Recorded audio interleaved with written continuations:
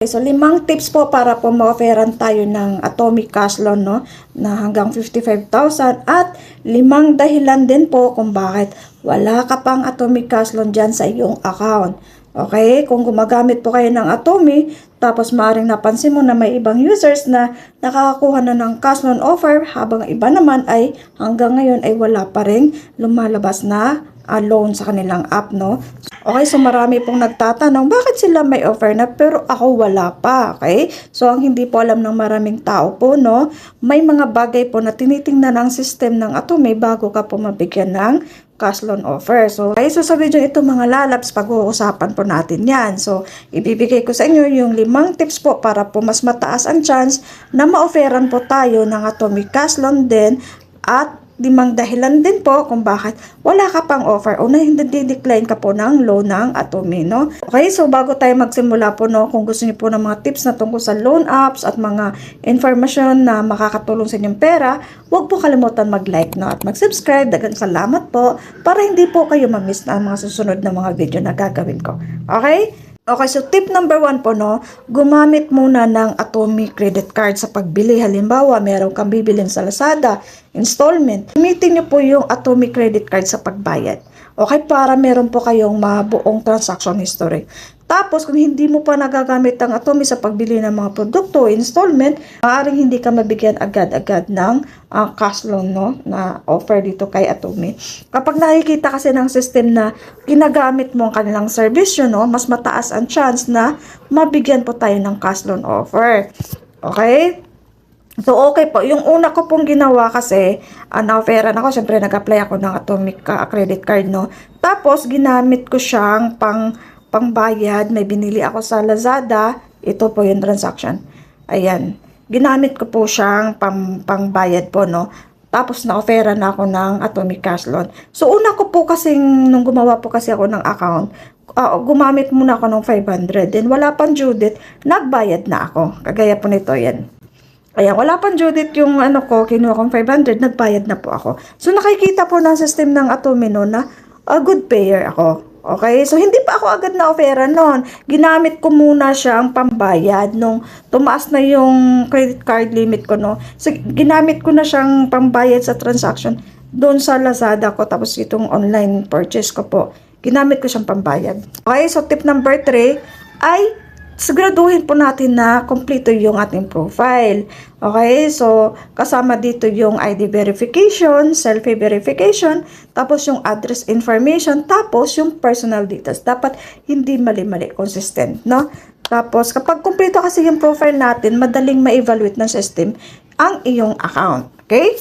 So, ano pa ba? Tip number 4. Kung mag-link kayo ng bank account sa akin kasi, na-link yung aking bank account dito. Tapos yung GCash ko, no? Okay? Kasi yung cash loan ay karaniwang direkta pinapadala sa bank account, ganun. Kung wala kang nakalink na bank account, maaaring hindi agad-agad lumabas yung loan offer mo dito sa inyong Atome app, no? Kasi mas mainam kung may active bank account na nakalink sa yung profile. Okay? So, tip number 5, no? Palaging active ang yung account. So, meaning po, regular ka na nagla-login sa app na ito. Kahit wala ka namang, titingin-tingin ka lang. Araw-araw ka magla-login dito. Kasi iyon din ang ginawa ko. Araw-araw ko nagla-login dito. Lagi ko check kung may offer na ba sa cash loan yung yung dito account ko. Tapos, basta araw-araw lang ako nagla-login siya. Tapos, ginagamit ko yung service. So, siyempre, yung ginamit ko na nga yung pambayad sa Lazada. Gayon, yun. Tapos, dito po, pwede kang magbayad dito ng mga kurente. So, gamitin mo yung service ng Atome, no? Okay? Para po may magawa po tayong transaction history. Kasi pag active ang account mo, mas madalas kang na-evaluate ng system.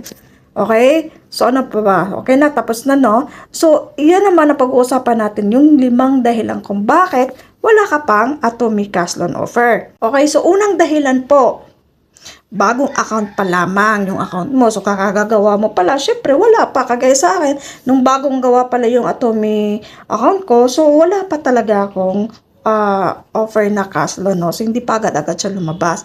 Credit card muna yung offer sa akin. Tapos, ginamit yung credit card ko. Tapos, nakita ng system ng Atome na good payer ako. Tapos, ginamit ko siyang pambayad. Ayun, saka ako na-offera ng cash loan. So, ganun din ang gagawin ninyo. Sundin nyo lang to step by step at sigurado po ako, ma-offeran po agad kayo ng cash loan, no? So, tip na dahil lang po number 2. Okay, so walang transaction ni sir. Gaya ng walang transaction na buo.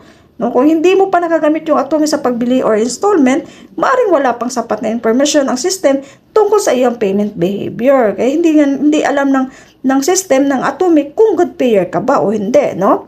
Okay, so dahilan number 3, may late payment ka. Halimbawa, kung may mga late payments ka sa ibang loans or installment, maaaring bumaba yung credit card evaluation mo, no? So, ito ay isa sa mga dahilan kung bakit hindi ka mabigyan ng loan offer.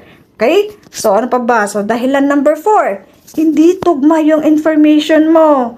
Kapag may mali or hindi tugma yung information, maaaring hindi ka ma-approve ng application. Halimbawa, hindi pareho ang pangalan ng ID mo dito sa account mo dito sa Atome, no? Tapos mali ang birth date, hindi tugma yung address, ganon. So, dapat consistent tugma lahat ang information mo, yung personal information mo. Okay? So, ano pa ba? So, dahilan number 5, system evaluation.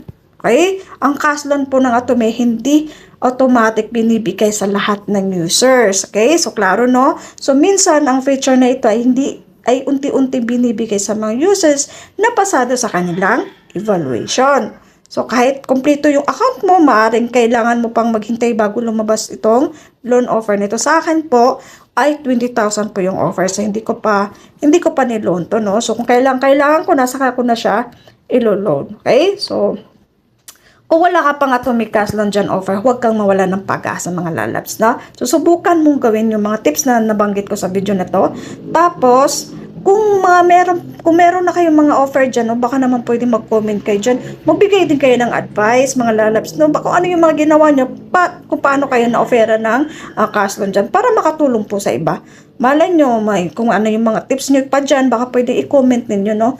Makatulong man lang, okay? Subukan nyo pong gawin yung mga tips na nabanggit ko sa video na ito, no? Dahil maraming users ang nagsasabing lumabas ang loan offer nila pagkatapos ng sundin ng mga ito. Kung nakatulong sa inyong video nito, huwag nyo pa sana kakalimutan mag-like at mag-subscribe, no? So, sana po nakatulong sa inyo, ganun lang po kung paano natin ma-activate yung Atomic Cash Loan natin, no?